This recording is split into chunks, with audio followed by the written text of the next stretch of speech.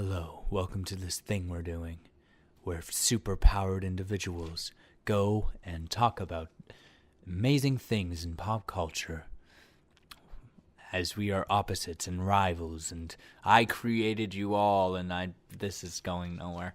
Oh, are you trying to be Unbreakable? I'm trying to be Unbreakable. Mr. Glass? And I'm like, what? It wasn't working. No, it was not. And that's what made it funny. I hope. Whatever. When you fail at a joke, you can always hope that the failure of the joke is funnier than the joke itself. Well, that we'll have to hope for a lot. Hello, welcome to our podcast. I'm Kaden, and with me, as always, is Sarah Hazen Basque. Your co-host. Your co-host. I mean, my co-host. Maybe featuring the Google Home, maybe featuring Remy, but also featuring... Princess, our quiet cat that we're babysitting for 3 weeks. Our new ward. Our ward, yes. She's not our child like our Google Home or our dog, but she's our cat. She is our wannabe child, yeah. Foster child. Well, she's also like an old lady, so. Yeah, she's 14. It's more like old ladies like, oh, can you take care of me? And we're like, sure. So it's more like she's our grandma. That's creepy. Ew, you're right. It's just a family pet that I've had since I was 11, staying with me for a couple weeks. Like, she's 14 in human years, so technically she's also a teenager, but she's an old teenager. I mean, a young teenager. 14's a pretty young teenager. No, I mean old because she's old for a cat. Oh, okay. Yeah, well, she's just staring at the wall. I don't know what's up with her. Might be the meds. What? The meds, maybe? Yeah, she's an old lady. She takes medication. Alrighty. Let's get into this. It's just, if you hear meowing, it's not the dog, okay? We'll open up with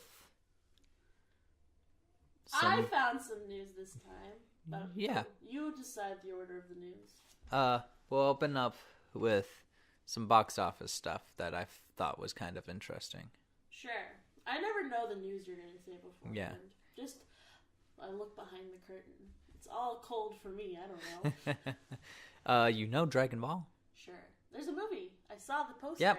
I said we should see that, and then I turned around and you were gone. I'm like, what? Oh, what? yeah. Dragon Ball Super Broly. Don't. I'd say we should see that, but I also say we should catch up first, because it's... God, we're on episode 30 of like 6,000, so we're on episode 30 of Dragon Ball. Not Z, not Super. Yes. And that's what I said, of 6,000. Yeah. It's over 9,000. Yeah. But, minutes, maybe, not episodes. I mean, yeah, not episodes. But no, it's like, we gotta... I want to watch it, but anyway...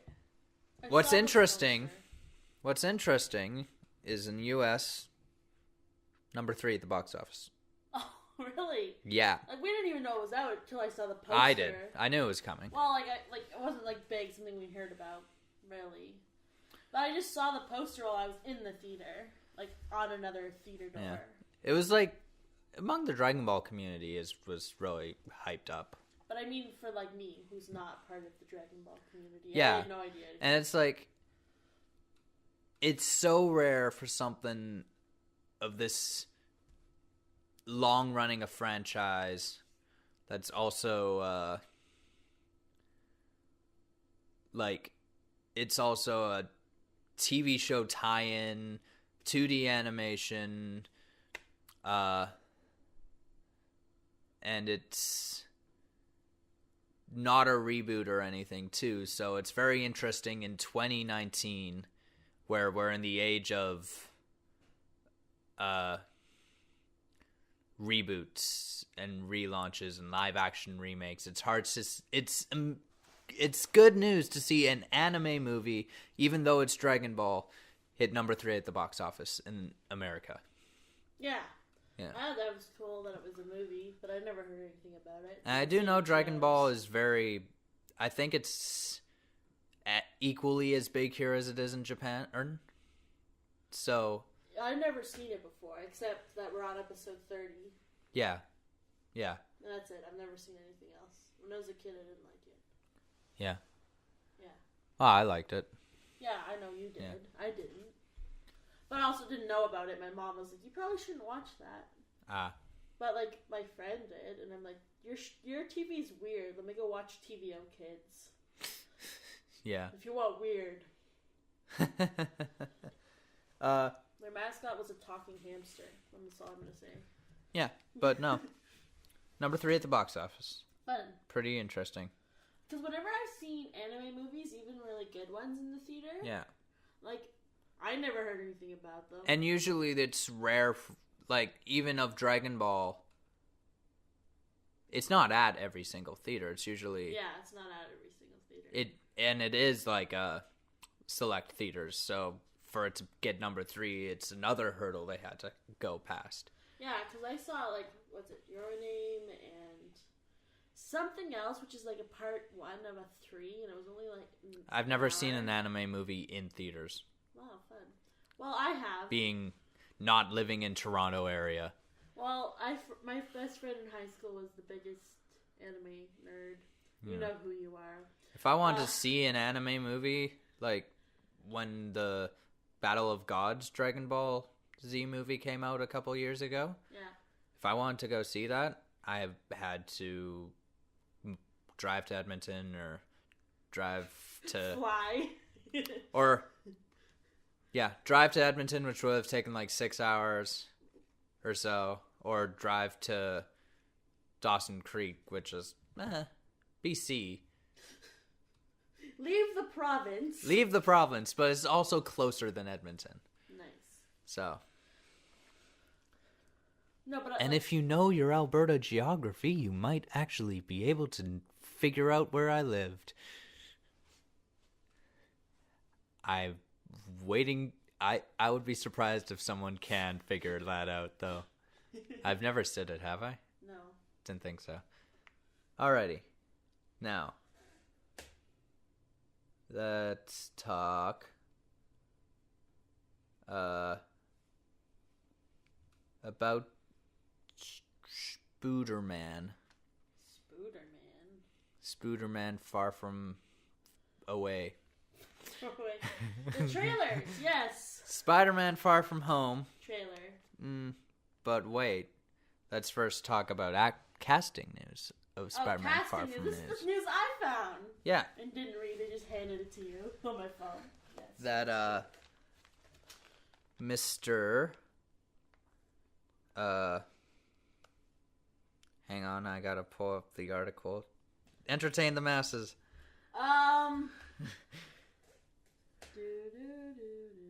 Found the article. No, wait, this is not the right article. It was on my phone. Here's the article. I got it. Okay. I searched it up because the site you found, I didn't recognize, so I wanted to find it on something like Hollywood Reporter, which I found it on Hollywood Reporter. So, yeah. But Spider-Man Far From Home, first big blockbuster to add a transgender actor, Zach Barak, which is great. As someone in the LGBTQ community. What? The transgender actor. Yes. Good news. Yes. Amazing news. Yes. As an actor myself, and also as identifying not cis, it shows that it gives me more faith that the system is changing.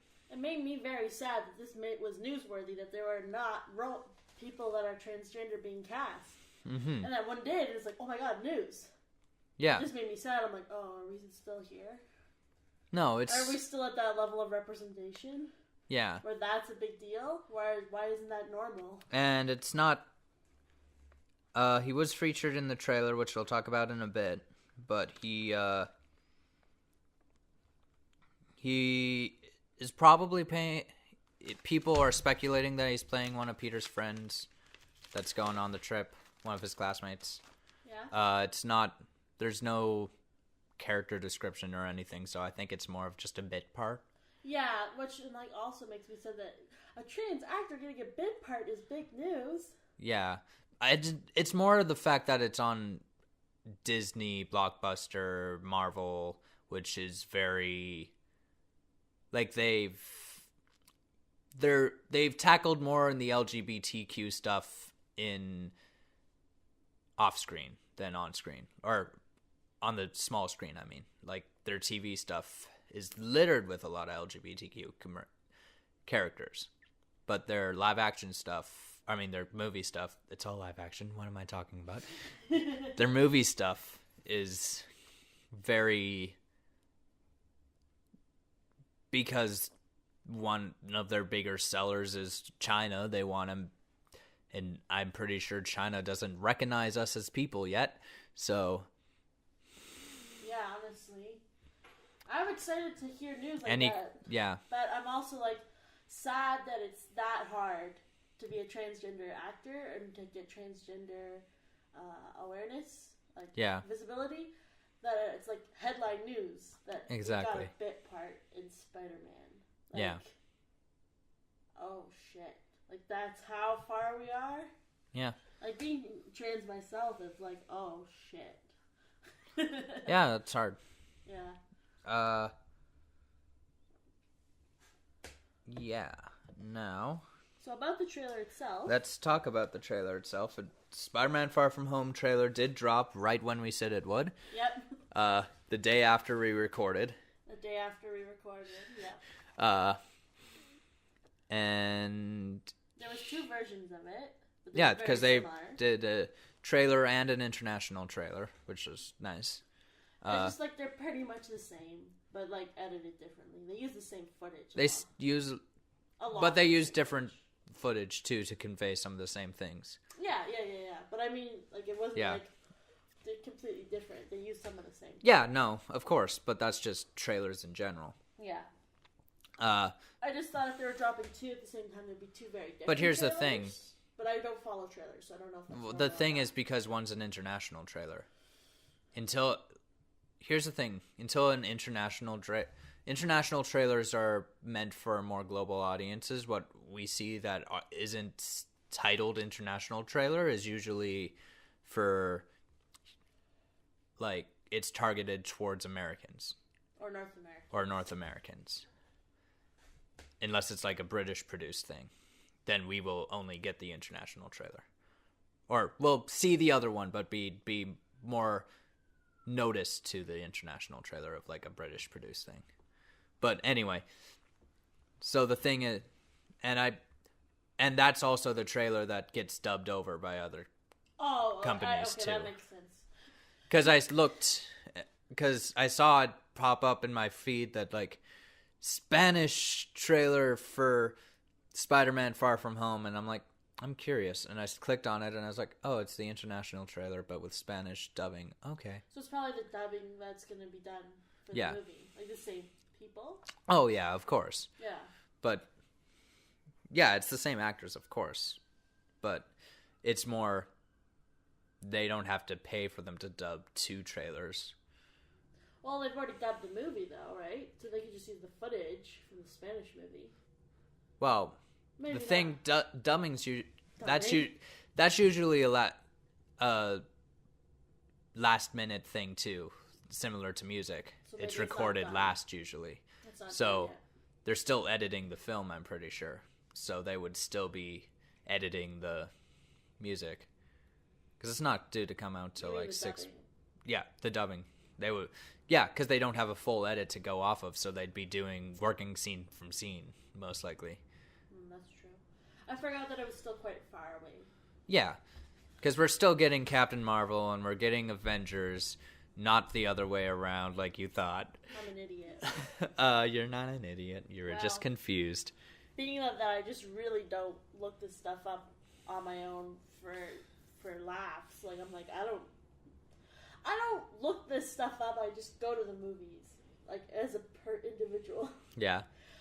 But now that I'm doing this podcast, I gotta, like, be on my game about these things. Yeah, and also, it's not like I'm remember you've asked me, or I've at least just told you what we know is coming out. Yeah. So. I think I mixed those up because I was hearing more about the Spider-Man one, maybe. Maybe I was just thinking more about Spider-Man because the animated. Yeah, movie. I think that's why, because we just got a Spider-Man movie. Yeah, and I really an animated movie, best movie of 2018, but still. Yeah, I like this Spider-Man though. So. But yeah, I like Tom Holland. Can I just say something that's kind of crazy? No. This will be our third Spider-Man movie in 3 years. Like a movie a year for the last 3 years of Spider-Man. Because Homecoming came out in 2017. Spider-Verse 2018. I was counting with my fingers and I stuck up my middle finger. Only at me. I'm like, thanks for that. And Far From Home, like this year, 2019. And also, too, like the year before that, it was the Avengers one, and Spider-Man was in that. Yeah. Like, it's not a movie, but that was his first appearance, and so it's 1 year. In the MCU, yeah. So the last 4 years. Yeah. So it's been... I'm starting to get a little bit of Spider-Man fatigue after Spider-Verse. Like, they nailed it so much in Spider-Verse that I feel like... I still want to see this. I still want this to exist, but I feel like maybe it's too much so soon after a lot of Spider-Splosion. No, I'm really excited. Okay. I'm picking up steam, not losing interest. Interesting. Picking up interest. Because you got the Venom, which is a Spider-Man villain. Spin-off, yeah. Or we got, and I'm like, that was awesome. Yeah. I really remember the Spider-Man films from before, and I liked all of them. Yeah. Enough. Yeah. They're all good enough to be liked by me. So now I'm like, yay! Because I feel for so long we were just getting, like, Captain America. Yeah. And I don't really like Captain America. So I'd rather get more Spider-Man, because we're getting a lot of Captain America. I don't think we were getting a lot of Captain America. It felt like a lot. Yeah. To someone who doesn't really like it, it felt like a lot. Yeah. Because Captain America Civil War. Like, I don't like Captain America that much as a... Like, I like what they've done with him. He's become more of an interesting character, but to his core, he's a Superman, and to his core, Superman is boring because he's a goody... He has no moral... He can do anything, and he's a nice person. That person doesn't exist. So... I found those movies my least favorite. Really? Like all three? Yeah. Even Civil War? Yeah. Wow. Civil War made me angry. I really loved Civil War, and I think Winter Soldier is one of the best from a more film junkie I don't remember what film happened critic. in those movies. You don't remember? No, and I've seen them like 4 times. Wow. It's like Lord of the Rings to me. Just like interesting. Weird. It doesn't stick in my head. Because they're really good movies. I like Black Panther. Black Panther's a really good movie. Anyway, we're not talking about Spider-Man. Let's talk about the actual trailer. It made it seem that this could take place before, and a lot of people are saying that, but both Kevin Feige and Amy Pascal have confirmed it's meant to take place like after Avengers 4. They ruined it then. They should say, well, maybe. And then it be the truth. Because then we'll think he's actually dead. Yeah. Now you just made me mad because I didn't know that. But at the same time, a Black Panther 2 is coming. Well, I didn't know that. I've told you about it. I like to forget things that make me mad. Don't tell me these things. I want to see how it feels like spoilers, okay? Like yeah. And I'm like, don't spoil it. I think everyone's dead, and I want to stay in that mindset. Stop giving me titles. Stop giving me trailers. Stop making it that telling me that they didn't all die. Because that feels like a spoiler. Leave it alone. Let me see Endgame, and then give me all the cool stuff. Yeah. Because I'm down for it. I'm down for it. But also, you have to think, Black Panther was their number one was a very popular film, one of their best, most selling films before Infinity War. Yeah, but I feel like they set up this amazing ending where everybody fucking died, and then they're like, "Ha, just kidding! Look at all these movies coming out." The thing was, look at all these movies coming out, and then it was like, oh, these guys are dead. Guess you'll have to see how they come back. Was more how I felt, because I've known these movies were coming out before I watched Infinity War, because they were announced like a long time ago. I know, but they should just be quiet. Yeah.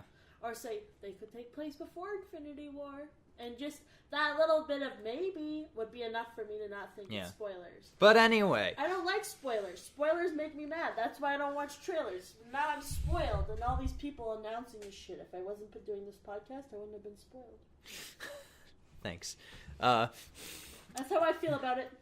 Okay, anyway. Why can't I have opinions? Why are you silencing me? Can I just talk about the trailer? No, you're silencing me. Free speech. Oh my god. The trailer itself. I think I clipped the audio with that one. I think it's fine. I also think you can't hear me if I turn my head. Yeah. Because that's how it works. But, anyway. I know that. I did audio.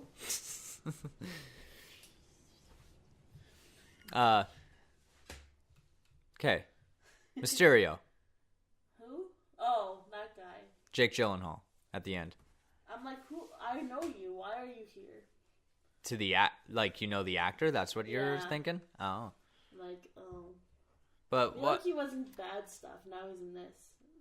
Oh. But I don't know why I think he's bad. But he's in a lot of great stuff. I don't even know what he's in. Yeah. I think it's just because I recognized him. Yeah. I didn't recognize this character. He looked out of place, and I was like, what? Yeah. But after we watched the trailer, you asked me one thing about who is Mysterio. Yeah. Right? And something came up that was very interesting in the wording of it, of how you were asking. What did I ask? I don't remember. You asked, is he another Spider-Man villain? And I'm like, oh, so it wouldn't be a spoiler if I told you. Yeah, no, it's not a spoiler. Yeah, because they framed it in the trailer that he's trying to be a hero. So it's a bit of a... For those who don't know Spider-Man lore quite as well, I feel like I don't want to spoil it, but at the same time, I know he's going to be the bad guy at the end. Probably. Yeah. We're calling it now. Place your bets. Yeah, and there's rumors that they'll have the superhero team of the Elementals also as, like, secondary villains. Four? Yeah. Really?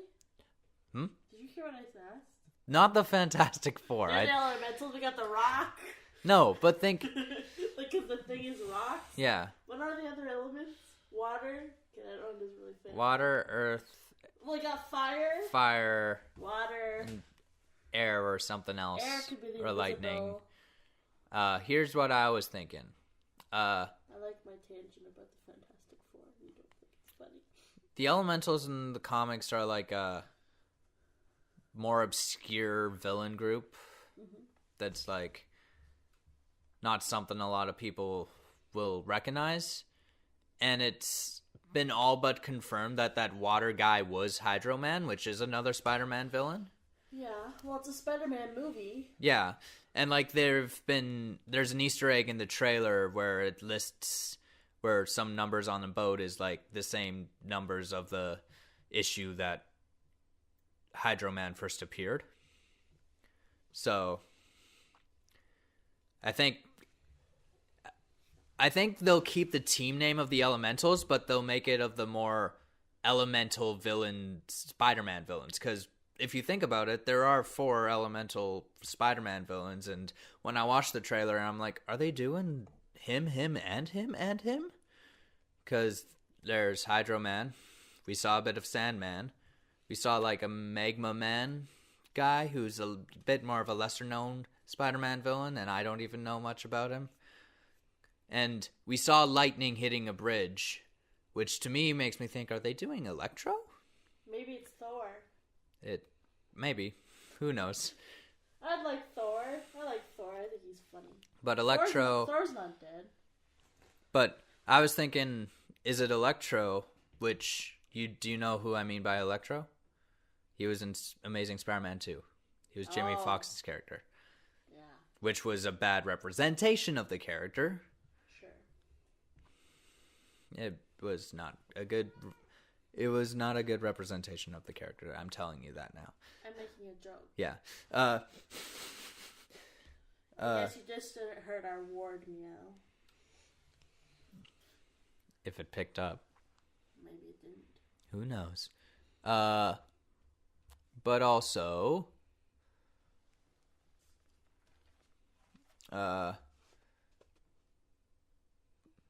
So yeah, I think it's going to be those four. And another theory out there is because Mysterio is kind of a more special effects trickery than an actual like magic guy. Yeah. In the comics. Like eventually he becomes more magical, but he starts out as just fake. So it's a bit of a maybe these are all illusions so that he can swing in and save the day in a kind of... What's his name in Incredibles? Yeah, Sinestro. Sinestro? Incrediboy! Yeah, Incrediboy. Yeah. Sinestro. Whatever it's called. Yeah, which is based off Mysterio. Oh, so there you go. So, it's not a them copying Incredibles. It's Incredibles copied them. Yeah.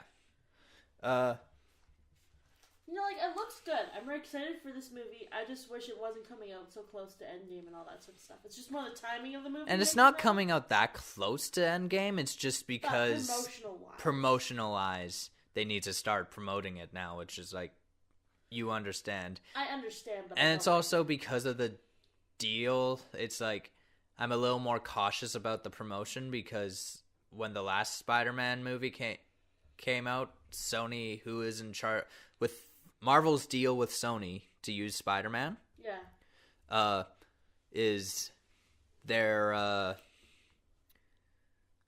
they are in charge creatively and they are in charge of merchandise, but Sony is in charge of promotion, and they are in charge of and they get the funds from the movie, I'm pretty sure, or a majority of the funds from the movie, other than paying the actors and all that stuff. Yeah, so it's like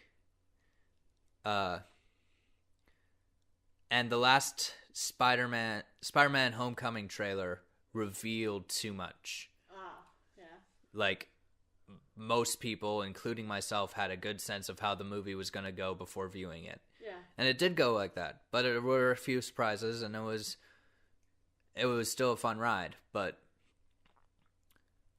they also they're doing it more... They're better now because we don't see any Tony Stark, which is good, because we don't even know if he's going to survive. Yeah. But in the first one, they overused him in the promotion. Yeah. So a lot of people were like, I don't want to go see Spider-Man and end up seeing an Iron Man movie. I see. Even though what they showed was all they had. Yeah. So people just thought he was all over the movie when he wasn't. Yeah. Yeah. But all in all, looks good. I'm excited. I like the new suits. Nick Fury. Freaking Nick Fury. Yeah. Doing a pretty cool spy thing that he does of just showing up in people's apartments. Yeah. Yeah. Which is also another character that dusted. So it's a bit of a... And I like what they did with Happy and Aunt May. With the flirting of that. Which is like, what? Yeah. Which is also kind of adds another question mark of where Tony is. Because he was the flirt in the last movie. Yeah. So that's all good. Yeah.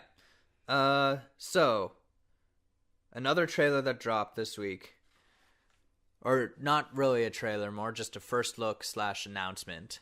Yeah. Teaser was for a new Ghostbusters film. Yeah. Which is meant to be a sequel reboot to the first 3. It's written and directed by the son who directed, or the first 2, I mean, not first 3. There's only 2 Ghostbusters and then the reboot. But it's meant to be the first sequel, but reboot in the same world as the first 2, as opposed to this reboot with the female. Yeah, cast. which bombed. Not because it was not because it was all female characters, but because it was a badly made movie. Yeah. I was just making a joke when I saw it, because all we see is the Ecto-1. That's what it's called, right? Oh, it's just not going to be in the movie. This team is not gonna, it's just like, hey, look, but then it's not going to be in the movie. All we see is the car and a shed with it was cool, weird lights, and it's cool. Yeah, I'm down with that. I think the fact that there's the emotional tie to the director from the original. Yeah. And I'm pretty sure Dan Aykroyd's also producing, but I'm pretty sure he also may have produced the new one too, so who knows. Yeah. But what I saw was an article about a tweet from one of the cast members. Mm-hmm. Her being like, what, you're just making it so we don't exist anymore? It just feels very Well, you made it yourselves so that you can't exist in the same universe. Yeah. Why can't... Here's my problem. It would have been a fine film if they made it a sequel in the same universe as opposed to a reboot. Bring back Sigourney Weaver. Have her be like, I need to find some more Ghostbusters. Ghosts are coming out again. And then the cast just kind of becomes themselves. Any Ghostbusters or the new one, you mean? The new one. Yeah, it's not good. Don't see it. And I'm like, I don't care that it's an all-female cast. It's just the cast that they did have, I don't feel made a good Ghostbusters movie. No, the cast did fine. The problem was the director. From what I have seen, I'm like, I don't like this kind of humor. Yeah. So I wasn't down for that. Because it's the director of Bridesmaids. Yeah, and I'm like, I'm and not similar cast to Bridesmaids. So it's people who are used to that kind of style of comedy of just riffing off one another, improving even when it doesn't really work within the characters. Yeah. And it's not the... That wasn't Ghostbusters. Yeah, that wasn't Ghostbusters. Something else. Yeah. I think I've seen that movie, Bridesmaids, and liked it, but that's a different... It's not Ghostbusters. Yeah, I haven't... Didn't fit what I have seen of... And it's very... I don't know, it's just a very snarky... Yeah, it's a different style of comedy than the older ones. They needed a bit more seriousness, because the other one was a comedy, but it also was a bit serious. I don't know. When was the last time you watched the Ghostbuster movies? 10 years ago. Oh. I feel in the climax and shit. Yeah. Stuff like that they could And I liked the ghost designs in that movie because they're very reminiscent of the animated real Ghostbusters show, which was cool. Originally, and then it was taken over by a bad company and it became absolute garbage. But they changed the name then too, didn't they? No. Oh. It's still called the real Ghostbusters when it got taken over? Or did they just call it Ghostbusters the series or something like that? When it got taken over, it got really bad, and then it became a 3D one, which was different. There was a 3D TV show? I know there was a game. I don't know if it was 3D, but a newer version of the animation. It looked more like Rebels. What? Yeah. So then it would be CG. But are you... I've never seen that game. I didn't know that show existed. Yeah, it was good, I guess. Yeah. I've seen reviews of it. The show. And how the real Ghostbusters became really bad. And then it sort of got better, but then they were too bitter to make it good again. As good again. It was really good. then it got taken over, then it was really bad, and then they got the rights back, and then they were just really bitter, so it didn't really work. So it's like a really offensively changed script. Dude, I'm excited for this movie. Do it. And sorry, there's nothing about cast too, so how do you know it's not going to be an all-female cast either? Why can't it be a mixed cast? Why does it have to be all males, all females? Why can't it be a couple guys, a couple ladies, or some trans people in there? There's, Zach, what's his name? Yeah, get him. Get him in. We don't know a cast, so we don't know anything about the movie except that it exists. Yeah. That it's in the works. I don't think that's always meant to be. Our panties in a bunch about it being taking away from the Ghostbusters. We don't exist now, you're saying? Well, yeah, you guys don't exist, but you also don't exist in the same universe as the Ghostbusters that worked. They did, didn't they? No. Oh. Because all the original cast comes back as completely different characters. Oh, okay. I thought it was a sequel. Well, Dan Aykroyd and Bill Murray come back as different characters. Bill Murray comes back as a ghost skeptic. Oh, well then fuck that. Yeah. I thought it was originally going to be a sequel in the same universe. That's what I hoped for, but it wasn't. Yeah, I'm want to see it less and less the more I hear from you. Yeah. And Chris Hemsworth was good in it, but that was about it. Yeah, well, he's always good, whatever he's in. Yeah. And it's also, his character is I don't also just switching the genders of the cast just to do it. Do something with it. Yeah. And also, his character is the dumb blonde. Yeah. The male equivalent of dumb blonde, which can also be a male thing too. He's just the dumb blonde secretary. But I feel switched the genders and then didn't do anything with it. Yeah, exactly. And the characters, the new characters there, okay. One's really badass, that's about it. The other ones I didn't care about or remember. I've seen a little bit. I think I came home and you were watching it one day. Yeah. So I saw the last 10 minutes. Yeah. And I feel I've seen a little bit here and there, just through osmosis. Yeah. All right, what else? Because this is running long. Yeah, let's talk Shazam quick. Shazam looks awesome, and then I was upset when Sarah Hazen told me it was in the DCU. It's gonna be good, okay? It's pretty. I know. It's gonna be good. It looks fucking great. And then you're like, oh, it's in the DCU, and then I'm like, damn it, now I can't like it. You can like it. I know, but the DCU just sucks. So now I'm sad. Is it DC or is it in the DCU? What do you mean? It's gonna be in the same universe, yes. But is Aquaman gonna show up? 'Cause it's gonna make me I don't think it. I think it's meant to be very small. There were rumors of a Superman cameo, but Henry Cavill turned that down, which caused the rumors that that Henry Cavill was stepping down as Superman, which was not true. He still wants to be Superman. He just didn't want to do a cameo in Shazam. He's gonna be Batman then. He's just gonna be Batman. No, Batman will do it. Well, they need to cast Batman because Ben Affleck's out. He's out? Yeah, he's been out for a while. This has been news from a year ago. Oh, shit. Well, ongoing from a year ago from before Justice League came out. When he's not in Justice League? He's in Justice League. Oh. But that was more contractual. Oh. It's because the movies suck.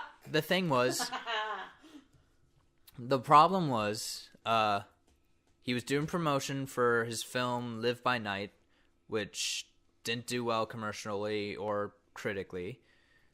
And all the questions that they would ask was Batman, Batman, Batman. So he got really annoyed and he stopped feeling passionate for the character. And I haven't seen Justice League, but what I've heard is it shows that he's not as in it anymore. Because a lot of people liked his performance in Dawn of Justice, thought he was the best part of the movie. Even though it was not a good movie, he was still one of the best parts, him and Wonder Woman. Yeah. But I liked him. Yeah. Like, I like him as Batman. That's it, though. Yeah, and he was previously signed on to do a solo film, but then he backed away from it, and he's not doing the solo film. The solo film's still going on. He was going to direct the solo film, too, so that's... And then he stepped back as director, and now has stepped back as actor for the solo film. It's still in the works by a new director, working on a script. Is that going to be what the Joker is from? Like, for Joaquin Phoenix? No. The Joker's meant to be a separate Elseworld story. Oh, okay. Yeah. Because there is a Joker already. Yeah. Like, there could be two Jokers. 1 second. Our doorbell is ringing. We're back. Sorry about that. We had to get some milk. Yeah, we have a milkman who just brings us milk. I mean, people actually do still, if it's like organic stuff. Well, he did bring us milk. Yeah. It was our grocery person. We don't drive and the snow's bad, so we order groceries. Of course. Anyway, what was I going to say? I don't know. What were we talking? We were talking about DC, milk. EU. And I'm just sad because it looks great, and the kid from what's his face is in there. Well, yeah. Here's the thing, though. It can look great. Aquaman, in my opinion, looks good, and it's getting really well received, really well critically, and pretty okay box office. I think I really don't want to watch Justice League, so I'm just like, it must look like shit because I don't want to see it. Oh. We'll see it eventually, and we'll talk about it sometime. I think it'll be better to just... I think this new phase is like... I hear they're trying to fix some of the mistakes Justice League made. Well... They're trying to fix the universe, which is fine, which is good. Because Yeah. Wonder Woman did really well. Yeah, I also haven't seen that. Yeah. It was a pretty good movie. It's, in my opinion... in risk to sound what's the not feminist but in risk of sounding misogynistic, it was very close to, it felt a lot when I watched it, it felt a lot like the Captain America the First Avenger. Yeah. But it had enough differences though to stand out, but I also don't think it was like, in terms of story, it wasn't a very new story. Okay. But it was, because it's the first on big screen female-led superhero film. Yeah. And she's such an empowering woman, like, in the comics and in everything, to little girls everywhere. Yeah. That's why it's got so big, because it was a good film, period, and it was able to make the cultural impact that it needed. And I was just wondering why any of that was going to sound misogynistic. I don't know. Because I'm saying it's overrated. Oh. Because I started out by saying I think it's overrated. That's why I said misogynistic. Sorry. It doesn't seem like misogynistic at all, your comments. That's why I was like, what? Trying to dissect them. Alright, let's mosey on, because we're running very long. What are we at? 44 minutes. Cool. This is going to be a long podcast. Actually, and not just a bunch of emptiness at the end. Yeah. Okay, trailers we saw in the theaters. Fighting with My Family, a new one we haven't seen. That one looks like fun. Looks like fun. It's got Nick Frost, which is an actor I like. It's got The Rock, and you can never go wrong with The Rock. Rock's great. I mean, you can go wrong with The Rock, because he's in a lot of bad movies. But, oh yeah, that was like before he... Well, that was before it was good at That CG. was before he was good at acting. That was before they remastered CG, too. Yeah. It just looked like shit. Or the Scorpion King movie that he did. Oh god. Which is that like a spin-off from Mummy? Yeah. It's a spin-off. Can we watch that? Because I've not seen it. Yes. But we also have to watch the direct-to-video sequels. Of course. Of course. I've seen those. The direct-to-video sequels of Scorpion King? Oh, no. I thought you meant The Mummy. I'm like, I've seen the sequels to The Mummy. And No. They were direct-to-video. No. No, they were not. I think there might be a series, too. Maybe not. I don't know. We might have to delve into that one. And The Rock. Anyway. The Rock is only in the first one. The second one's a prequel, and the third one's a new actor. Oh, good. What was I going to say? But because The Rock was famous and wouldn't do direct-to-TV movies at that point. Yeah, so he's a really good actor. Or direct-to-video, I should say. Yeah. But, yeah, I was like, damn, alright, let's go. Looked fun. And it was a very different story. Like, it was a new story. It wasn't like a remake, it wasn't a reboot. And it's also, I'm not big into, it's about wrestling. I'm not big into the wrestling scene myself, but I feel having a strong main female lead is like a bit of a big thing too. Yeah, it looks interesting and different. All these guys and her are put up, and it's like the only one, when I call your name, you are joining the WWE, girl. And then she steps forward. That is everybody. Thank you very much. It's like, damn. Yeah. Like, you think it'd be her brother, and it was her, and it was great. I'm really excited because it feels like a very new story. Yeah, for sure. And I'm like, I don't care if it's about wrestling. Like, I'll watch fighting movies and sporting movies as long as yeah, it's and I like story. wrestling. It's just it's not something I want to sit down and watch. I do not. Like, I think it's weird, but I think it's hilarious. That's why I like it. Yeah. I've never seen wrestling because it's like because it's so weird. It's so over the top, and they're not good actors. It's like watching a bad movie, but it's wrestling and it's live. And people are actually doing some things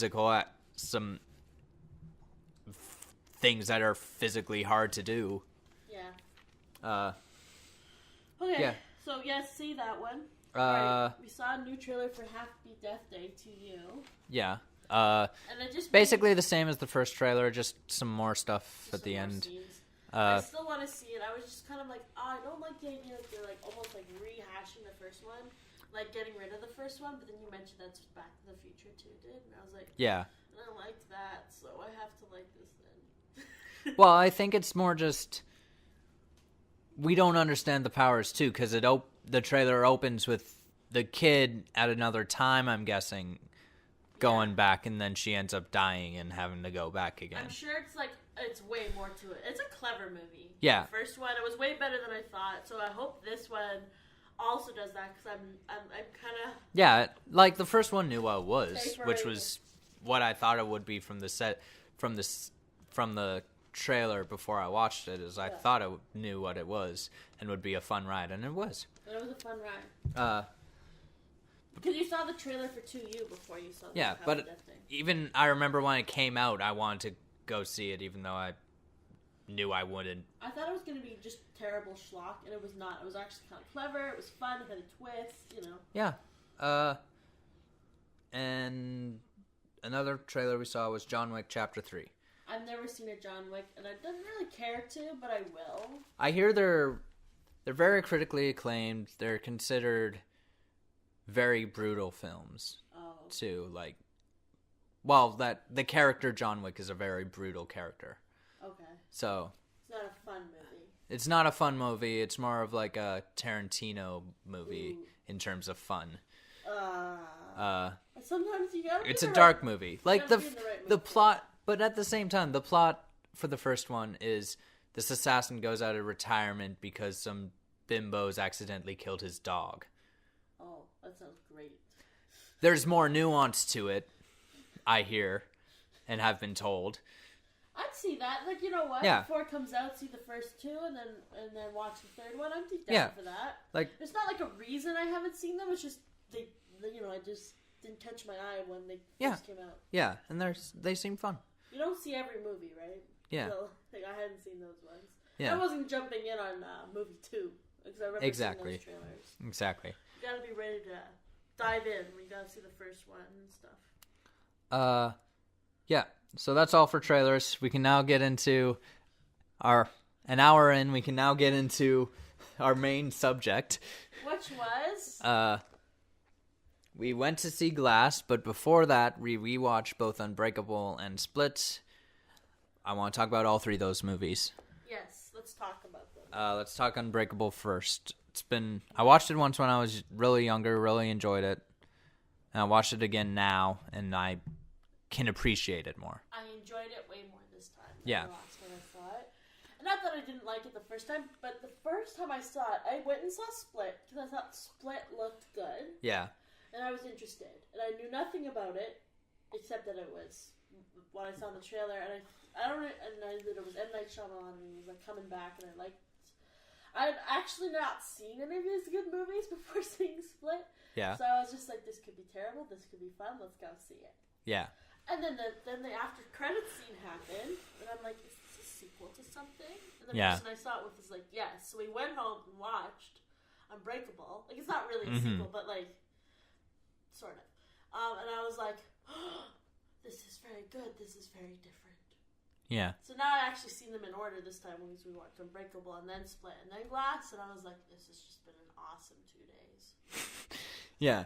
But Unbreakable is a masterpiece, in my opinion. Really good filmmaking.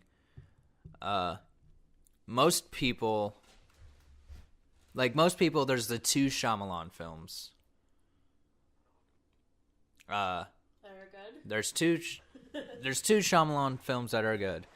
It's always Sixth Sense. Yes. And another one, but I find it's more often that people say Unbreakable than, especially now, everybody likes Unbreakable. That's the other good movie. Yeah. Some people like some people thought Signs was good, but it's not. The Village is I haven't seen that one. The Village. Spoil it. Is that what it's called? The Village? Yeah. I haven't seen that one. The Visit was okay. I like The Visit. The Visit was him showing he can do a competent film again after doing After Earth and doing I wouldn't give it as high a praise as you, but it was definitely better than Avatar.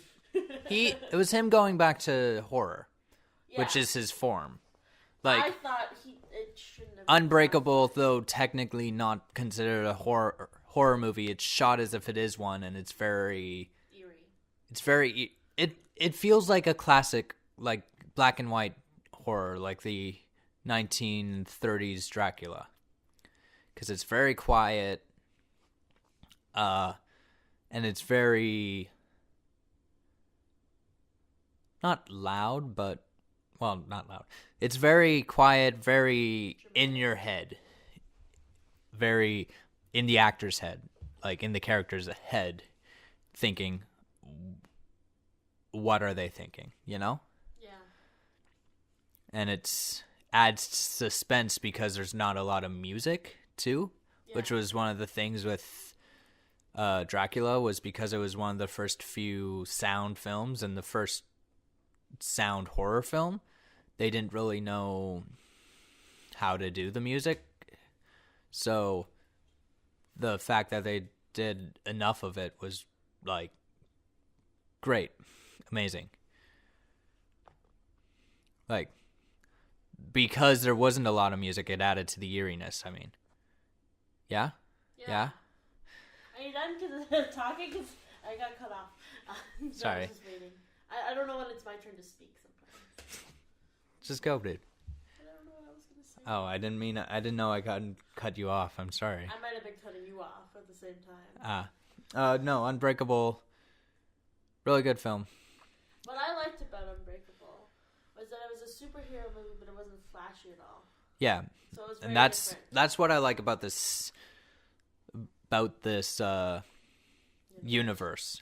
It's a more dark, pessimistic kind of realistic, but not like Dark Knight realistic. More like actually realistic, something that could actually happen. Or like, am I just like crazy? Gifted? Yeah, gifted, Crazy. Or yeah. As I don't think it was ever in dispute that he was gifted. And it's not like most origin films are like they're told that this happened, or they've known all the time that they've had these powers, just not why. But He's had all these powers, but never thought of them at all. Didn't know of them. Didn't notice until the train crash, where he was a lonely sole survivor, no scratches. Yeah. Not a scratch on him. Just his clothes were a little dirty. Yeah. His clothes were even fine. Yeah. It was very... Oh, but the scene where he walks into the doctor's office and all the families of all the people are waiting to see who survived. So chilling. And you know that none of them did survive, and they're all just looking at him like, "Where is my family member?" Oh my god! And you can feel the freaking tension. The tension coming from it, like almost as if a fight's about to break out. You know? Yeah, but it wasn't. It was just that's honestly how it would be. Yeah, and he shot everything in like one take, or not everything, but most scenes were one take per scene, or attempted to do one take. There might be a few cuts here and there. Not one take, one shot. Yeah. I'm sure they did it more than one time. No, they were like one. That's what he said in behind the scenes I watched, was that he tried to do one take for a lot of things, except one scene that got deleted, which we'll talk about later when we talk about Glass, because it was brought back a bit. But yeah, it was Oh, really? One take, not just one shot? No, yeah, that you can't do just one shot and not have it be one take. Well, yeah, it's one take, but I mean, like, you might try it like 3 times. Oh, yeah, for sure. That's what I meant. But I thought you meant he did it in one take. No, when I say one take, that's shot. Yeah. Only I mean, one take made it into the movie. Yeah, that's what it means that's what it means, like, done in one take, in terms of from an actor's perspective, and from a that's done in one shot. Done in one take means you didn't try it more than one time. No. Yes, it is. That's not the way I know it. Like, you can try it a couple times, but it's done in one take means you're doing it in one take. Like, that's why it's so rarely seen in film, because it's hard to do one consistent beginning to end scene in the one shot and the one take. It's one shot, not one take. Because you can do the one shot and still edit it. Because Birdman is done in one continuous shot. But it's not really. But the scenes are still done in one take. Just cut in when you can, without it looking weird. But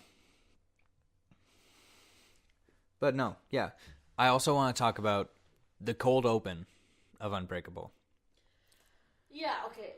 The moment... You're not wrong, but the thing is... You were searching it up? I was.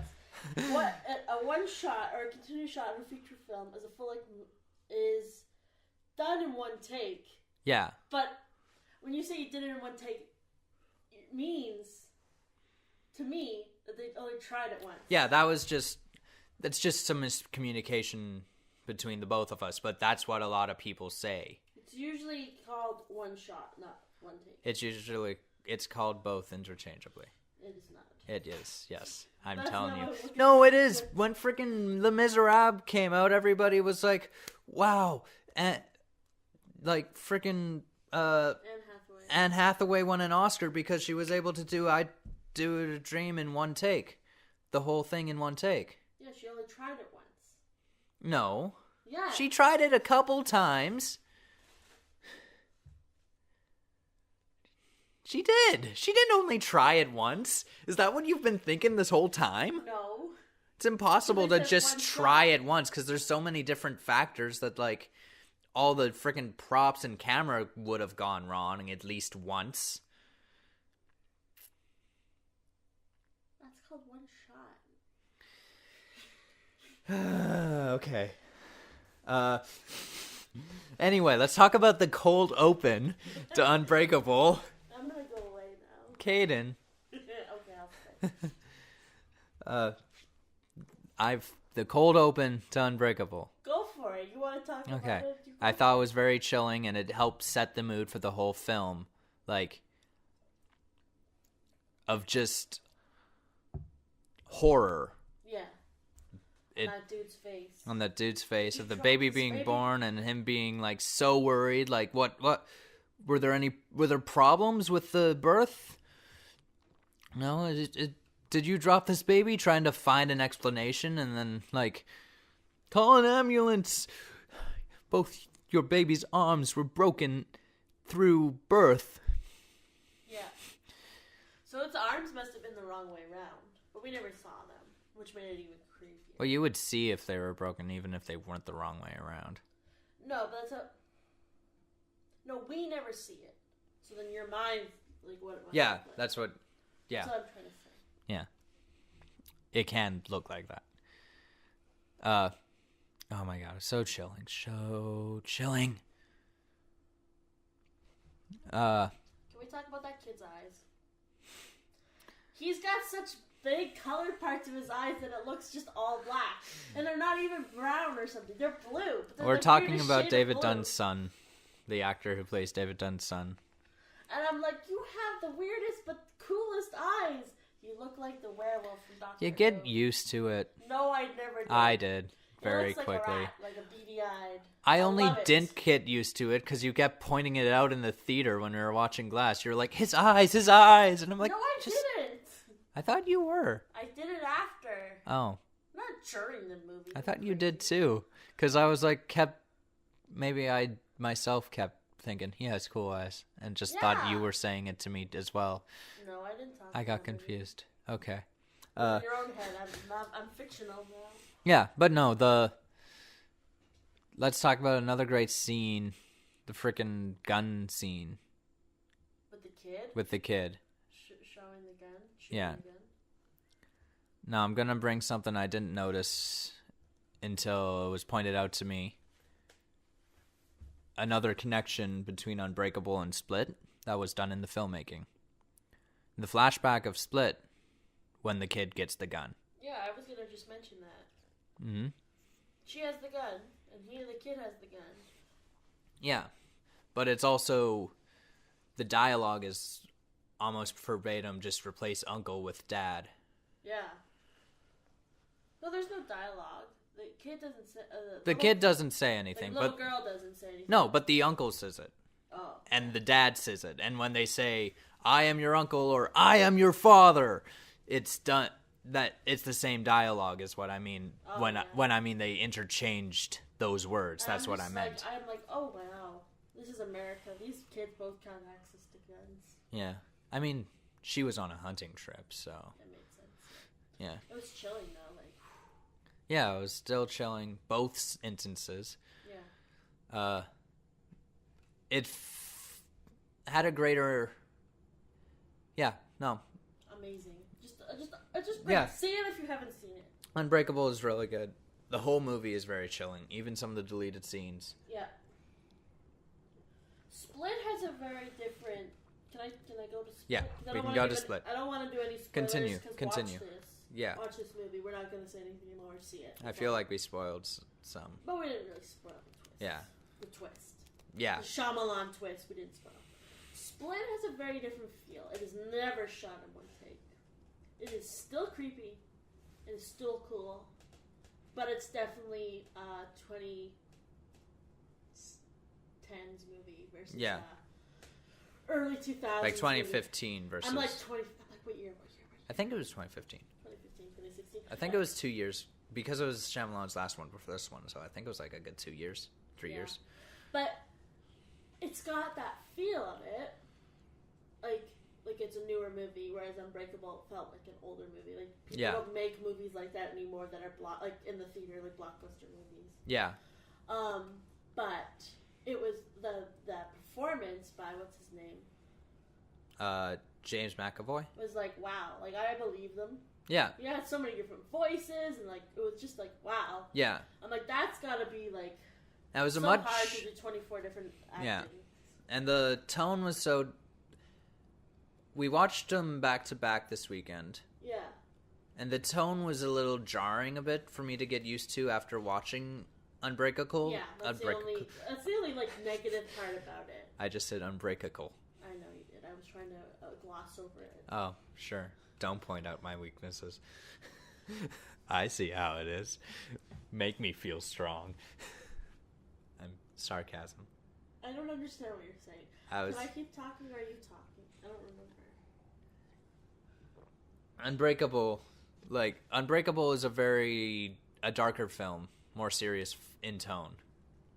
Because Split, that too, but also... It's darker. Yeah, but also, do you remember a joke from that?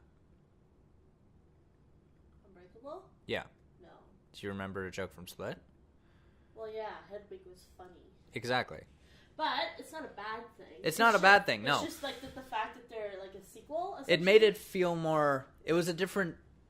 And it was also a surprise sequel, too. Like, no one went into Split expecting it to be tied into Unbreakable. Yeah. Until they saw that it was, and it was like, what? Yeah. Like me. Yeah. But what I was going to say about the tone shift is this one was more... Unbreakable is very, like, blue. Dull colors. Blue tones. They filmed it with, like, a blue on it. Whereas this one is very orange, so it's very different. Yeah, for sure. Like, that. Like, that's just color... the color correction's different. No. It's an active choice. Yeah, no, the active choice, yes. But, like, that gives it a different tone, right? Split is more like, and Unbreakable is more contemplative. Because of that color choice. Yeah. So, when you go and put them together, you have to pick one because you can't do both. Yeah. Well, they did a little bit of both. But they did a little bit of both. Like, we'll get but into it that. Because Unbreakable was a lot of artsy house movie. When you don't do everything in one shot, it's gonna feel more like the movie where you didn't do everything in one shot. Yeah. Which, we will get back to that a bit. Yeah. So, Split, I really love that movie. Mm-hmm. Like, it was just so interesting. Yeah, it was interesting. First time I watched it, I knew it was connected to Unbreakable, but I was watching it with my parents, and in like an impromptu movie night, and I didn't have time to watch Unbreakable before. Yeah. And I was like, oh, this is interesting. This is a really fun film the first time. And this time it felt more like a lesser film because we watched it right after Unbreakable. And it's still a good film.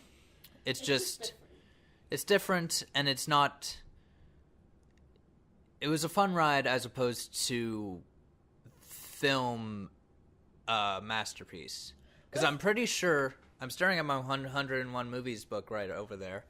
I'm pretty sure Unbreakable is in there. 1001. 1001, yeah. Not 101, sorry. 101 Dalmatians. But they're movies. No. 1001 Movies You Have to See Before You Die book. Great for film critics or people who want to see the history through film, basically. I'm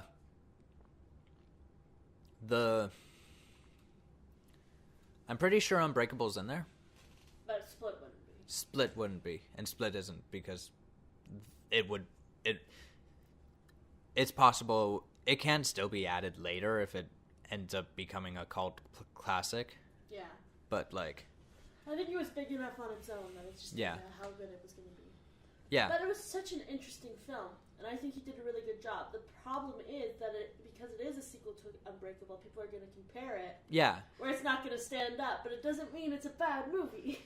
And it's not more of a sequel. It's more because it's not a sequel. It's more just a different part of the universe. Yeah. It's just like as much as a Captain America is a sequel to Iron Man. Yeah, and it's not.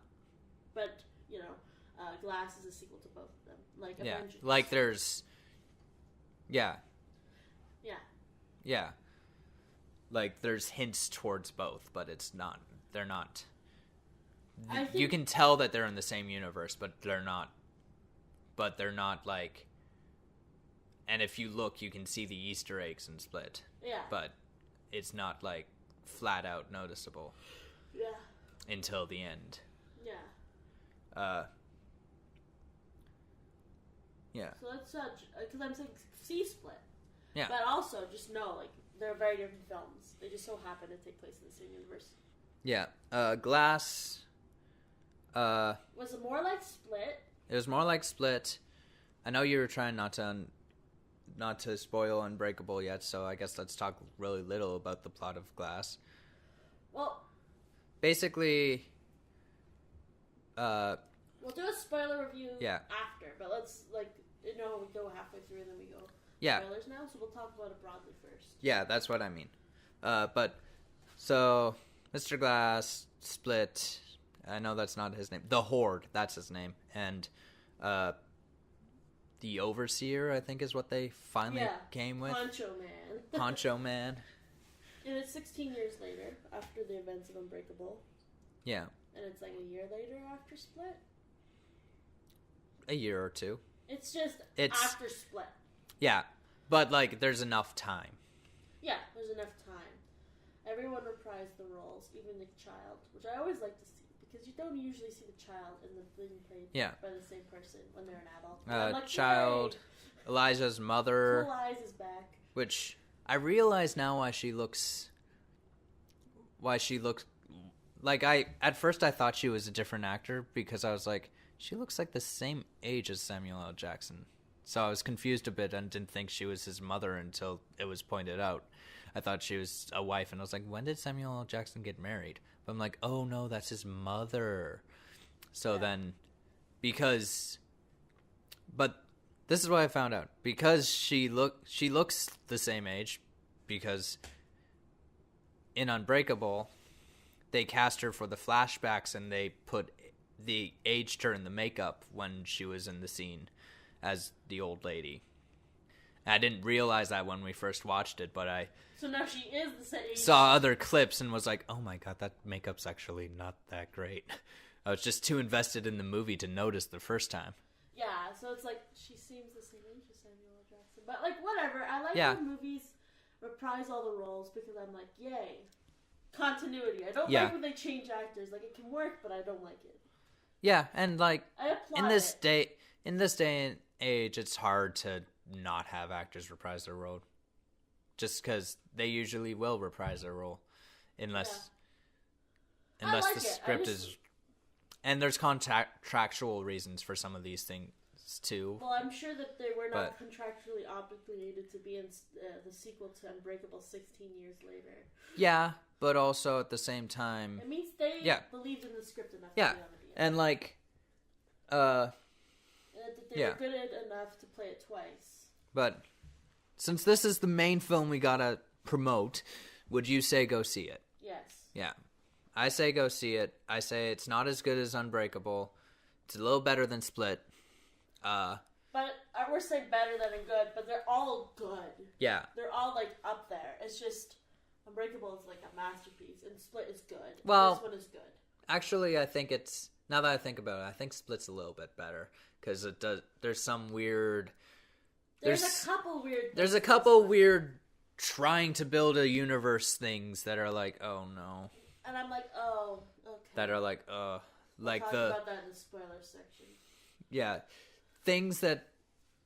Like, similar to freaking when I watched Solo and what's your name, Han? What's your last name? Who are your people? I don't have any people. Han Solo. There are a couple moments where I was like, ugh. Yeah. With things like, stuff like that. To be quite honest with you, I don't think I'd seen the trailer for this. We watched it. We've talked about it. Well, I didn't quite, like, click in that the girl that was kidnapped was going to be in this movie. Yeah. And, like, be a main character. Well, she wasn't in a lot of the trailers. Yeah. But neither was any of the supporting casts. Yeah, I think that was more what it was.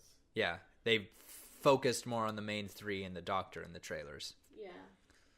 She was seen in the trailers, but so were the other two.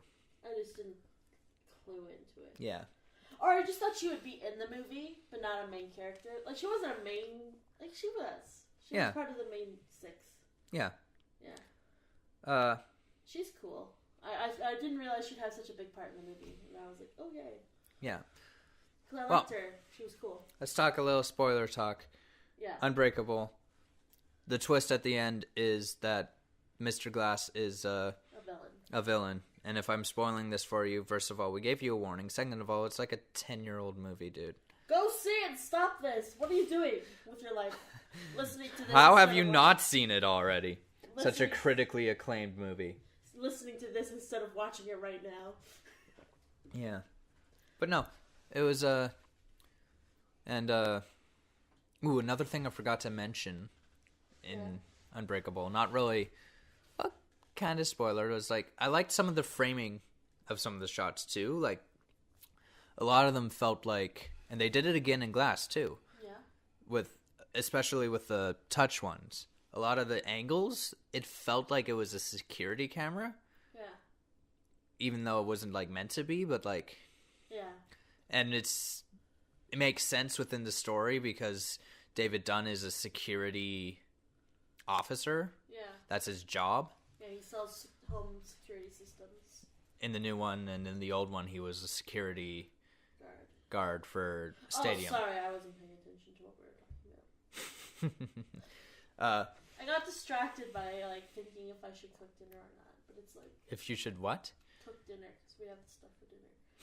It's, like, really late now, and I'm like, what the fuck are you talking about? That's just where my mind wandered to. I'm not even hungry. But anyway, it's not talk about dinner, because we don't have a lot of time, because this is already fairly long. Unbreakable... Or Split. The big twist is that it's in the Unbreakable universe. That was the big twist at the end that no one was expecting. That was a Shyamalan twist. Yeah. So, okay, David Dunn in the... Question. Was M. Night Shyamalan in Split? Yes, he was. Where? He was security guard for the doctor's building. She was down there looking at cameras, which makes sense for his character in Glass to be looking for security stuff. Yeah. Oh my god. Let's talk about that cameo in Glass first. Let me talk about it first. Okay. So in Glass, he surprised his role as the random person from the stadium that was going to commit a crime. Yeah. Right? That's what he was in Unbreakable. I think so, yeah. Yeah. He was one of the people, yeah. And he's like, oh, I turned my life around, blah, blah, blah. And to me, all I could see was M. Night Shyamalan saying, I know I made shitty movies before, but now I've turned it around. Which is probably not what he meant, but that's what I saw. Oh. No, that's not what I saw. What I saw was... It wasn't great, anyway. What I saw was a director that wanted to be an actor, trying to build a character and out of cameos... And be like, oh, do I know you? I don't know. Didn't you used to work at the football stadium? Yeah, like a long time ago. I used to be very shady back then, but now I've turned myself around. I was like, shut up, dude. And also, it's been like 10 years, over 10 years. Yeah. 18 years. How would you remember this random security guard who didn't even, like, arrest you or anything? Yeah. Why would you remember that face? What? Yeah. Why would you remember it's that guy? And two, why would you think he would care? Yeah. I don't know. It was bad. It was bad. And another freaking Easter egg is, freaking in Glass. Another Easter egg is, my mind's blanking. I know what I'm talking about. In Glass, they showed that the girl from Split was went to the same high school as the son, David's son. Yeah, it's like, why do we care? Is it Jason or Jonathan? I don't know, it's the guy with cool eyes, though. Cool ass guy. That, like, it shows that he's freaking went to the same high school, and like and it zoomed in on it, like, as if it's supposed to be important, or... But it's not. And it's not. And I'm like, I saw that, and I was like, oh, no. It could have been a cool transition to seeing him. Yeah. But it wasn't. But it wasn't, because it just transitioned into the same scene. The same scene. Or like the night, like she walked into the principal's office, they saw it, and then we just cut to the principal's office. Yeah. Like, oh well, that was pointless. Walk into the principal's office, we zoom in on it, and then it's cut to inside the principal's office. Yeah. So that was weird. And the fact, yeah, why, like, it just felt like, ooh, look at this Easter egg, but at the same time, it's like, it's felt very out of place, and it felt like similar to the M. Night Shyamalan cameo of like, oh, it's all connected. But the tone of this movie is that everything happens for a reason and everything's interconnected, so maybe that's why. A little bit, yeah. Work. Yeah. I did get maybe why they tried it, but it didn't work. Does that make sense? Yeah, I think it would only come up if, like, she saw that. And also, or in a sequel. I don't know if they're planning any sequels to this. And also, too, like, they often show that they were in the same comic book shop together. Yeah. And then just missing each other. Well, that was cool. I'm like, that's cool. Maybe that's what they were trying to do. Like, hey, look, here he is. But I was like, But it's a picture. But also, the picture they used was, like, from his age from Unbreakable. Yeah, so it didn't make sense. So it's like, why are you up against... So it's like a little kid, and everyone else looked like high schoolers. Yeah, it was just strange. That's just why. Just cut that out, and it would be totally good. Just cut that 10 seconds out of the movie. Shyamalan, you need to talk to your freaking... editor. Prop department. Prop department. Because inevitably the prop person would have put it up there. So talk to your prop department and be like, take this Easter egg out. Yeah. Or just edit it out. Yeah. Because it's a cool shot. And it would have been fine even if I feel like it would have been fine if it transitioned to his face, but it would also be fine if it was just not his photo and they still zoomed into and did it the same way. Just, he wasn't there. Just sort of as a, like, wandering shot. Yeah, it felt almost like they were trying to make this 2 movies. Yeah. But also one movie. It was strange. Yeah. And another thing is I feel like I would have liked to see exploration of the stuff in between Unbreakable and Glass. Yeah, and that's just not there. And that's just not there because it's just like 10 years of basically almost picking up where you left off. It was just 10 years of small-scale vigilante justice. Yeah, and like... Or 16 years, I think. Like in another franchise, it's like the same difference of what would have been 1 year apart. Another thing is, though, the Horde was planned to be in Unbreakable. Yeah. So this was originally planned as, like, a trilogy, or at least 2 movies. Yeah. But then they felt that it was the movie was too crowded if they put the Horde in. Yeah. So they got rid of him. Yeah. It's such a cool idea, though. Yeah. The movie was really good, like, how they interacted with each other, like how they got together and the plot of the movie and all that, like, broad stuff.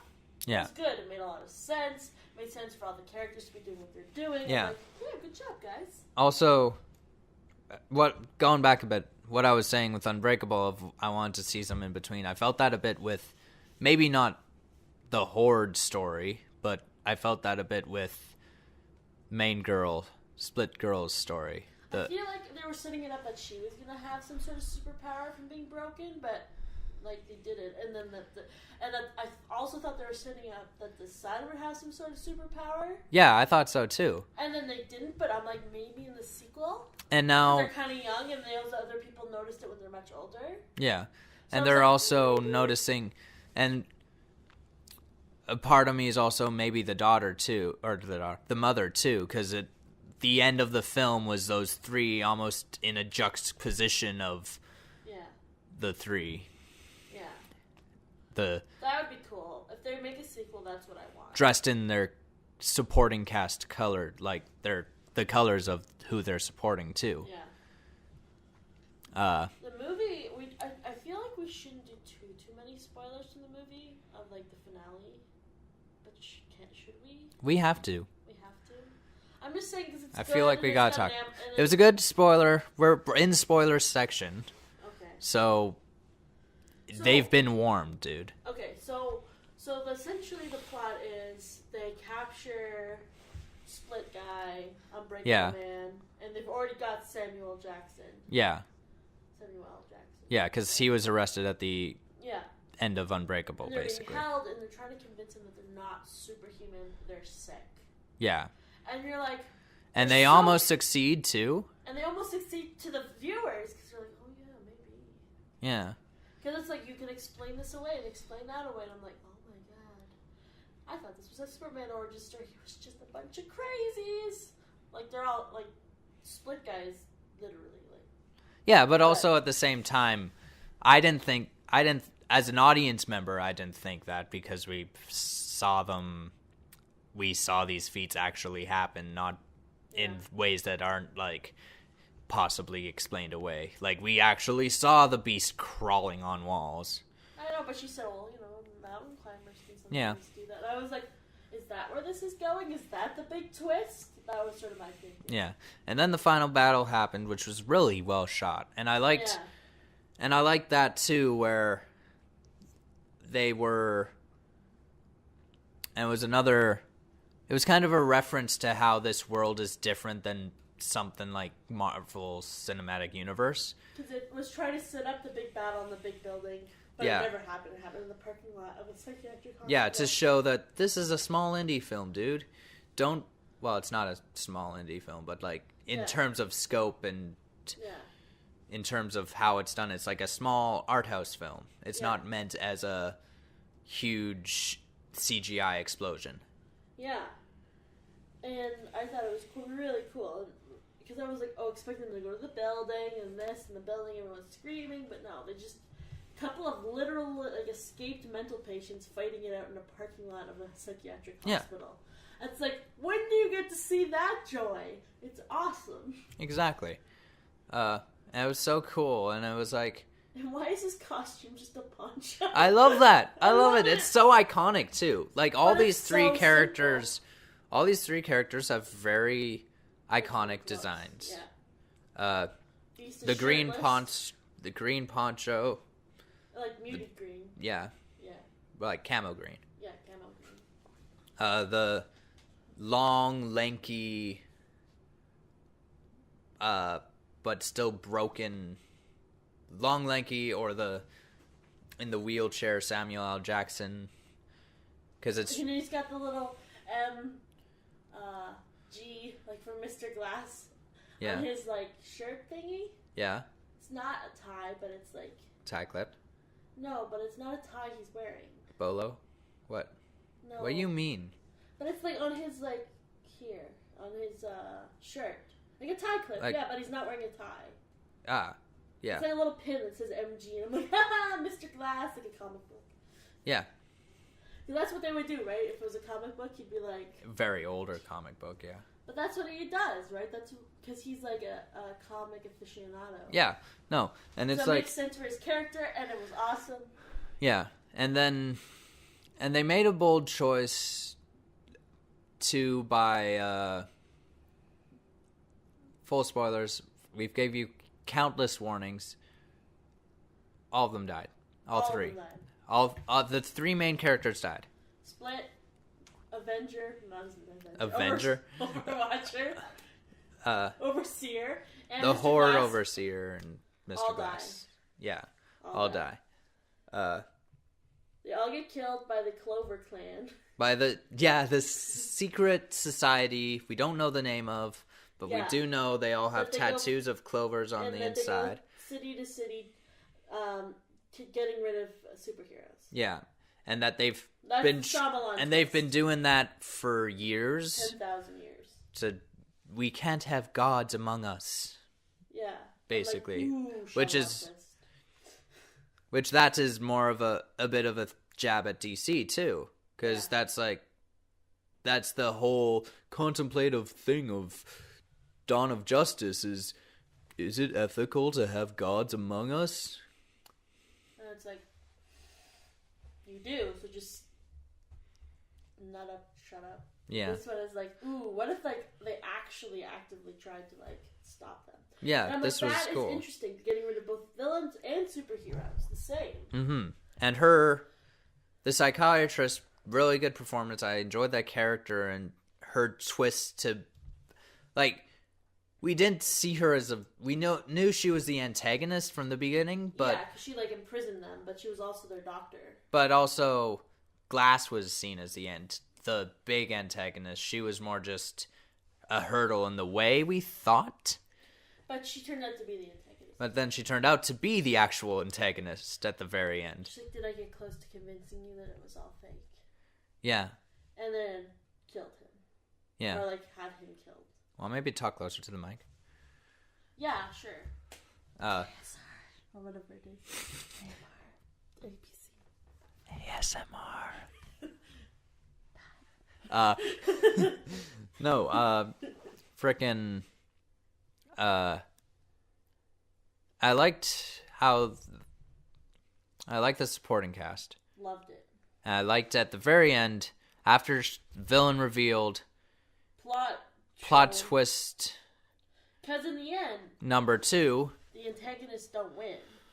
Yeah, plot twist. The Glass and the superheroes win by it all got live streamed. I'm like, yeah, this is a very 2019 twist. But no, yeah, but that's the plot twist number 2 is that this was not his only plan. Yeah. It was a diversion. The mastermind always has a second plan. I'm like, ooh, snap. Yeah, and it was done well. Yeah, it was really good. Really fun. And I didn't see that one coming. I saw I didn't see the Clover Clan, but I mean, I saw that sort of coming. Like, I thought...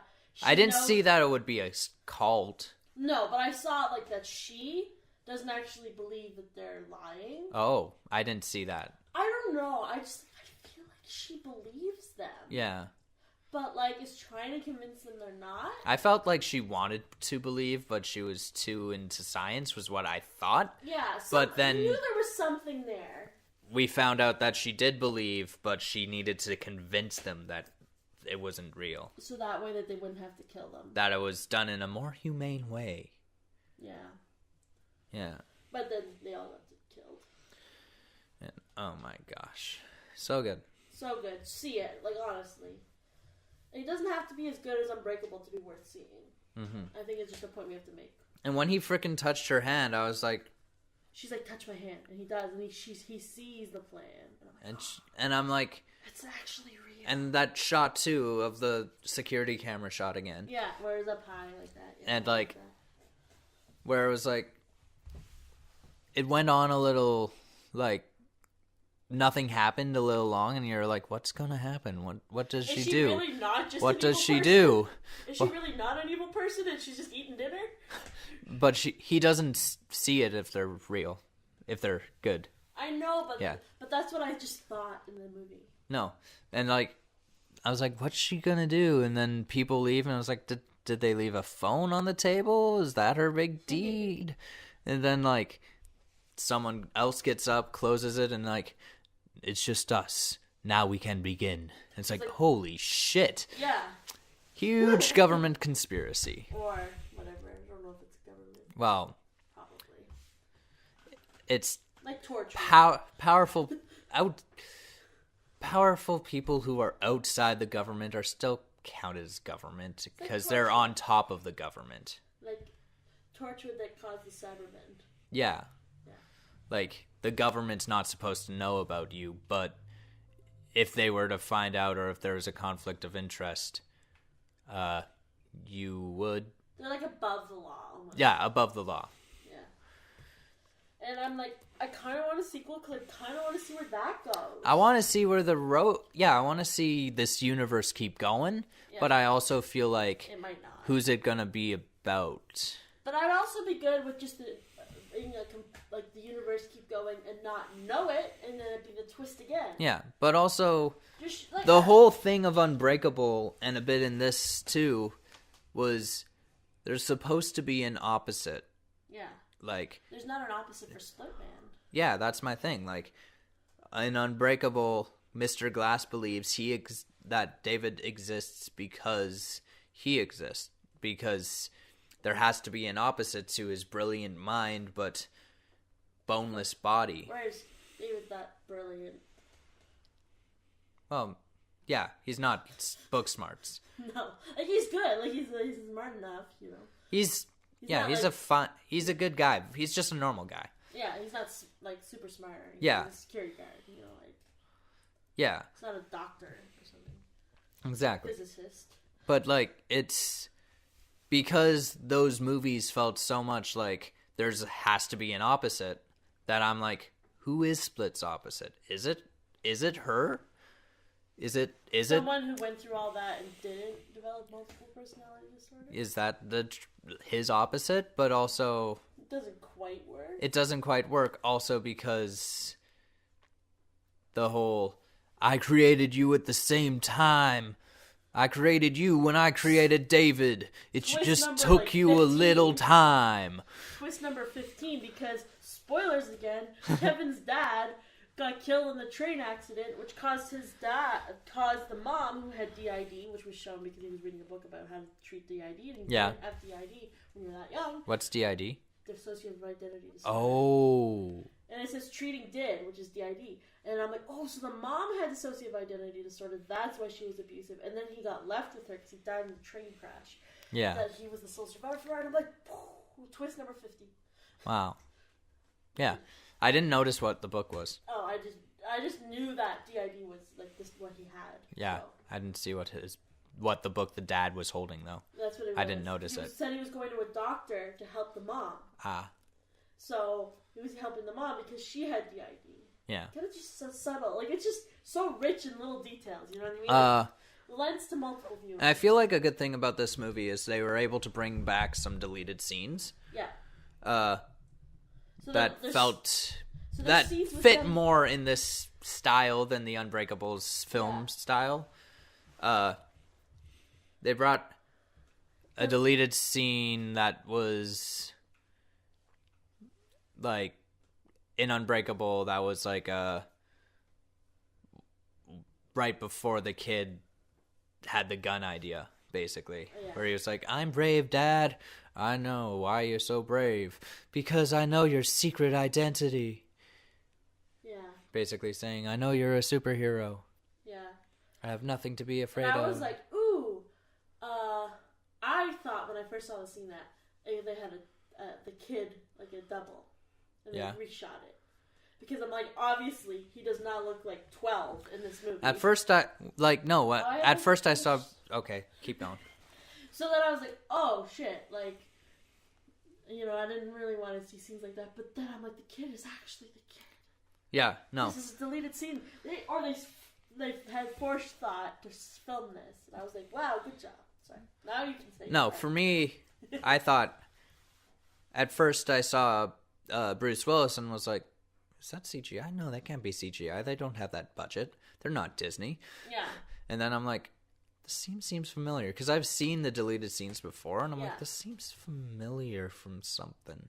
And then I saw the kid, and I was like, that's the same kid. This is a deleted scene. But the thing is, the quality was adjusted. Yeah. You know? So it fit. That's why it looked so good, and I was contemplating, is this a deleted scene? Because it fit with the same quality film. They probably had like the negatives and stuff. Yeah, and they were able to like enhance it, like they do with movies nowadays. But another deleted scene was the glass when that happened when he was put in for surgery of him going on the carnival and breaking his bones. Yeah. That was another deleted scene. Yeah. So I'm like, that looks just like the same kid. Yeah.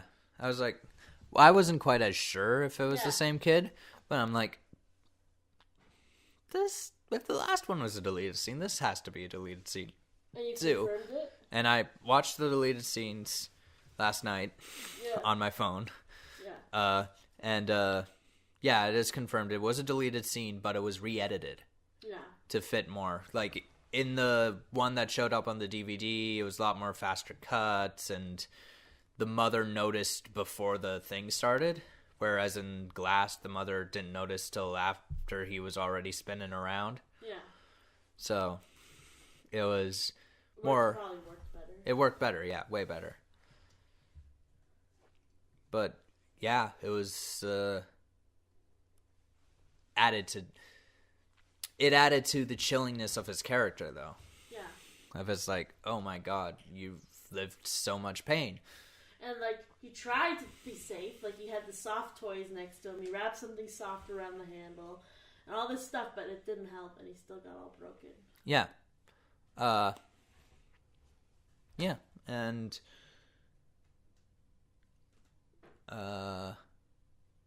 just really good. Really just really good film. Go see it if you haven't seen it. Sorry, though there are a lot of parts there are again parts I didn't like that felt very franchisey. But I mean, but even in not Split, everything works. Yeah, even in Split, that last tacked on scene, I didn't quite like. I liked it, but because of what it meant. But I also felt it felt a little corny a bit too, because the lady's like corniness in this in Split. Yeah, because like in Split, that last scene where we see David Dunn in the thing, lady besides her is like, this reminds me of that one guy 10 years ago. They gave him a funny name too. What was it? Mr. Glass. And I'm like, how does a guy with multiple personality disorder who kidnaps people and then kills 2 out of 3 of them, how does that remind you of a mass murderer who caused countless unknown terrorist attacks? Yeah. Like plane crashes and stuff like that. Train crashes, yeah. But I liked it anyway. Yeah. Because he had to make it work. And this is the kind of film where it feels very much like a passion project for him. He always wanted to see.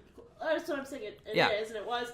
So I would love to see what he wants to do next, and it wouldn't take away from this if it's absolute garbage. So I'm like, you know what, Shyamalan, you wanted your sequel? Please keep going with this. It. I want to see this universe succeed, but I also feel like this film also was a final chapter. Yeah, so but at the same time, a bit of that meta-ness that you were talking about earlier.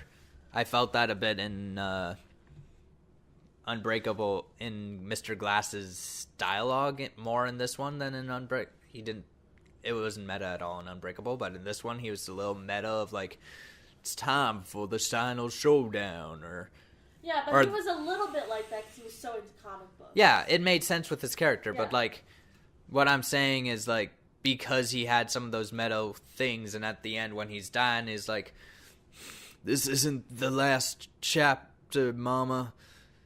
This is an origin story. And I'm like, ooh. Whose origin? And I think it's meant to be the 3 of them's origin, or origin of like the...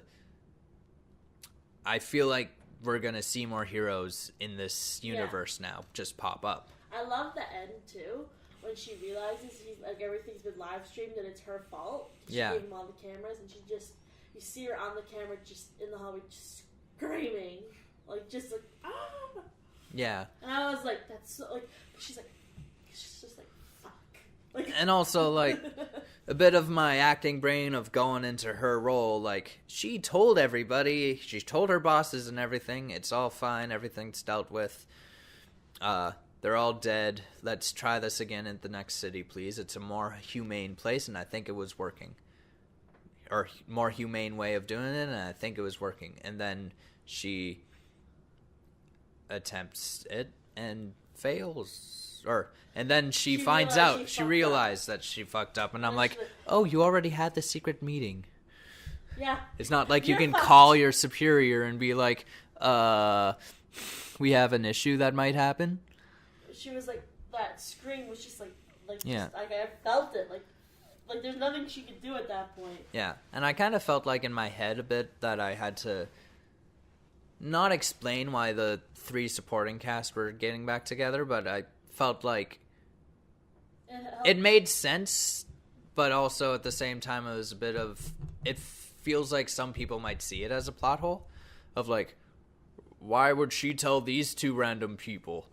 Because they did grow a bit. Yeah.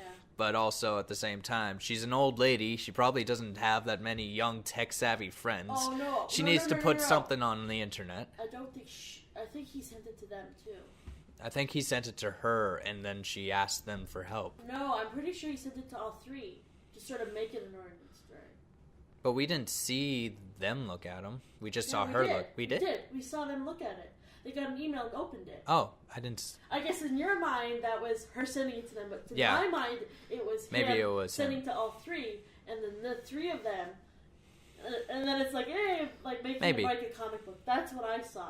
We'll have to see it again once it comes out. Confirm that. On DVD or something. I thought it was her contacting them. No, I thought it was him. I was also pretty tired at this point because I didn't sleep the night before. Yeah. And it was a long day. But honestly, like, go see this movie. Yeah, really good. See them all. They're all good. Maybe not right after each other though. Maybe take a day after. Don't do it back to back. Don't do. You can do Split and Glass back to back, but don't do Unbreakable and Split back to back. Yeah. And you didn't do. And if you remember Split, you just don't remember Unbreakable. You can do Unbreakable and Glass, and I think it'll work. Yeah. Yeah, that's all good. Yeah, because I feel like, in terms of artsiness, Glass was filmed in a more arts. Glass felt more like Unbreakable than Split felt like Unbreakable. But it felt more like Split overall. But it did also feel like Split. Like, it felt like an amalgamation of the two, is what I mean. Which is what it was. Which is what it was. It needed to be. Yeah. Yeah, in terms of tone. Yeah. That was real good. Yeah, that's all I had to do. But, again, I want to see more of this universe, even if it happens to be like comic tie-ins. Yeah, something. That would be cool. I don't know if there exists some already, but if they do, please. If they don't, please make them happen. And if they do, I'll check it out. I'd rather see a movie because I don't like comics. Yeah. Really. I'd rather see a movie, but also at the same time, I don't know if it's a rich enough universe to warrant a sequel. I think it could. I think M. is good enough to do it. At this point in his career, do it, man. Go for it. Passion! Do what you're passionate about. No, I'm just like saying, I feel like the studio's not going to see it that way, is more what I mean. Blumhouse will greenlight anything. I'm kidding. But it's also more than just Blumhouse, because I'm pretty sure Universal's attached. Maybe. Yeah. I really like it, though. I think it could work for more. Yeah. Yeah. Alrighty. Thank you very much. We have been Cuz We Can. Don't pause it yet. You always go to pause before I've done our bumper. Oh. Well, why don't I do the bumper? Okay, do it. We have social medias. Do we? Check us out on Facebook at Cuz We Can 3, and on Twitter as Cuz We Can 3, and on Instagram as Cuz We Can 3, and Twitch as Cuz We Can 3. Oh, right. I forget we have a Twitch. You do, and it has nothing on it. Well, 2 videos. Yeah. 3 videos. Yeah, and then like the sound was messed up. We also have our website at www.commentaries.com. On there you'll find all the full versions of our commentaries and all of our podcasts without the video. Yeah. And we're on YouTube, which is where you probably found this. Yeah. And more clip shows coming your way, hopefully. Yeah. And it's just more stuff. It's just more we both